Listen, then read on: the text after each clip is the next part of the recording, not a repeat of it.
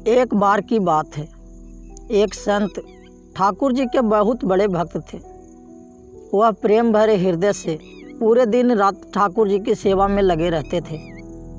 प्रातःकाल उन्हें बड़े प्रेम से उठाना, स्नान आदि करवाकर वह उन्हें अत्यंत प्रेम के साथ अपने हाथों से भोग लगाते और उसके बाद वह उनके भजन कीर्तन में लीन हो जाते और रात्रि में भक्ति और प्रेम से परिपूर्ण हो वह उनको सुलाकर ही स्वयं सोते। यह कार्य उनकी दिनचर्या बन गया था। ऐसा प्रतिदिन करते करते उनका समय कब व्यतीत हो जाता था उन्हें स्वयं भी इस बात का ज्ञात नहीं। उन्होंने बिहारी जी की सेवा में ही स्वयं को लीन कर लिया था। इसके अलावा उन्हें और कुछ ज्ञात नहीं था। वह जहाँ भी जाते वहीं ठाकुर जी को अपने संग ले जाते। हर क्षण उन्हें सिर्फ ठाकुर जी का ही ध्यान रहता। वह सिर्फ उनकी ही बात किया करते। वो कहते हैं ना कि भगवान को सिर्फ भक्त का प्रेम भरा हृदय चाहिए और कुछ भी नहीं। यह बात इस कहानी से सिद्ध हो जाती है कि भगवान को सिर्फ प्रेम और भक्ति की शक्ति से ही बस में किया जा सकता है। एक बार वह संत कुछ अन्य संतों के साथ ट्रेन की यात्रा कर रहे थे।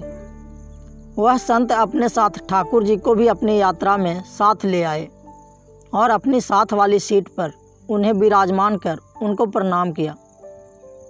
अब उस संत ने अन्य संतों के साथ मिलकर प्रभु की भक्ति में ओतप्रोत होकर प्रभु भजन और कीर्तन पर आरंभ कर दिया।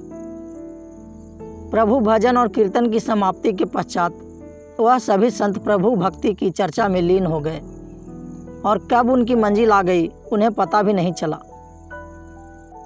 सभी संत एक साथ ट्रेन से नीचे उतरकर स्टेशन की तरफ बाहर आ गए और आश्रम पहुंच गए। आश्रम में पहुंचकर जब उन संत का भोजन का समय हुआ तो उन संत ने सोचा कि ठाकुर जी के भी भोग का समय हो चुका है। बिना ठाकुर जी को भोग लगाए मैं कैसे भोजन ग्रहण कर सकता हूं? और वह ठाकुर जी को भोग लगाने के लिए भोग की तैयारी करने लगे। किंतु यह क्या, जब वह संत भोग लगाने के लिए ठाकुर जी को अपने बक्से में से निकालने लगे तो ठाकुर जी वहाँ पर विराजमान ही नहीं थे। यह दृश्य देखकर संत को बहुत आघात लगा। वह अपने चारों तरफ ठाकुर जी को ढूंढने लगे किंतु ठाकुर जी नहीं मिले। वह संत निराश हो गए। अब उन्होंने अपनी व्यथा अन्य संतों से कही तो सभी संत मिलकर पूरे आश्रम में ठाकुर जी को ढूंढने लगे किंतु ठाकुर जी कहीं नहीं मिले। अब वह संत और ज़्यादा निराश होने लगे। वह सोचने लगे कि बिना ठाकुर जी के मैं क्या करूँगा। यह बात सोचते सोचते उनके नेत्रों से अश्रु की धारा बहने लगी। यह देख अन्य संत उन सज्जन को समझाने लगे कि कोई बात नहीं, यदि आपको ठाकुर जी नहीं मिल रहे हैं तो हम आपको दूसरे ठाकुर जी ला देंगे, किंतु आप अपना मन हल्का मत करिए। किंतु वह संत नहीं माने। वह लगातार रोए जा रहे थे और यही कह रहे थे कि मुझे तो अपने वही ठाकुर जी चाहिए जिनसे मैं रोज़ लाड़ लड़ाता था। उनके अलावा अन्य कोई नहीं चाहिए। उन्होंने अन्न और जल भी ग्रहण नहीं किया। ऐसा करते करते 4-5 घंटे बीत गए। इधर ठाकुर जी कहीं नहीं मिल रहे थे और उधर संत जी का तबीयत रो रो कर खराब होती जा रही थी।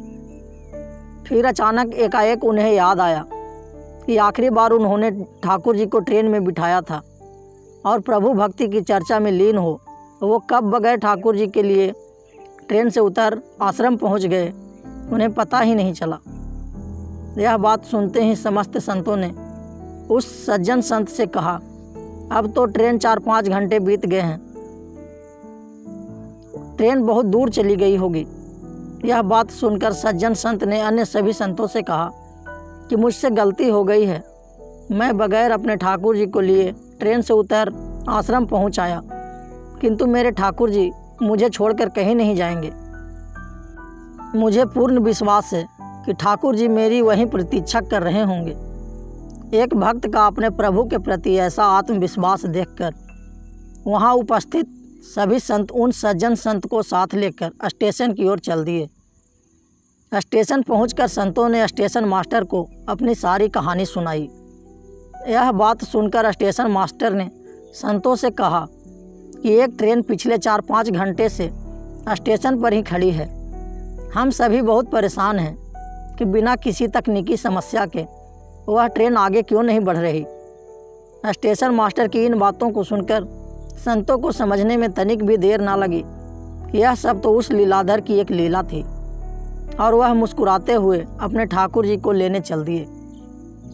ट्रेन की बोगी में पहुंचकर जब उन संत ने ठाकुर जी को देखा तो ऐसा लगा मानो जैसे वह एक बच्चे की भांति बैठकर अपने पिता का इंतजार कर रहा हो कि कब उसके पिता आएंगे और उसे ले जाएंगे। तब उन संत ने ठाकुर जी को प्रणाम किया और क्षमा याचना करते हुए ठाकुर जी को लेकर ट्रेन से नीचे उतर गए। अंत में यह दृश्य देखकर सभी अचंभित रह गए। जब वह संत अपने ठाकुर जी को लेकर जैसे ही ट्रेन से नीचे उतरे वैसे ही वह ट्रेन चल दी, जो बिना किसी तकनीकी समस्या के स्टेशन पर पिछले 4-5 घंटे से खड़ी थी। वहाँ खड़े सभी सज्जन पुरुषों ने भी भक्ति की शक्ति का यह दृश्य देखकर सभी ने ठाकुर जी को प्रणाम किया और आश्रम की ओर चल दिए। यह कहानी आपको कैसी लगी हमें कमेंट बॉक्स में ज़रूर बताएं तथा चैनल को भी सब्सक्राइब करें। धन्यवाद।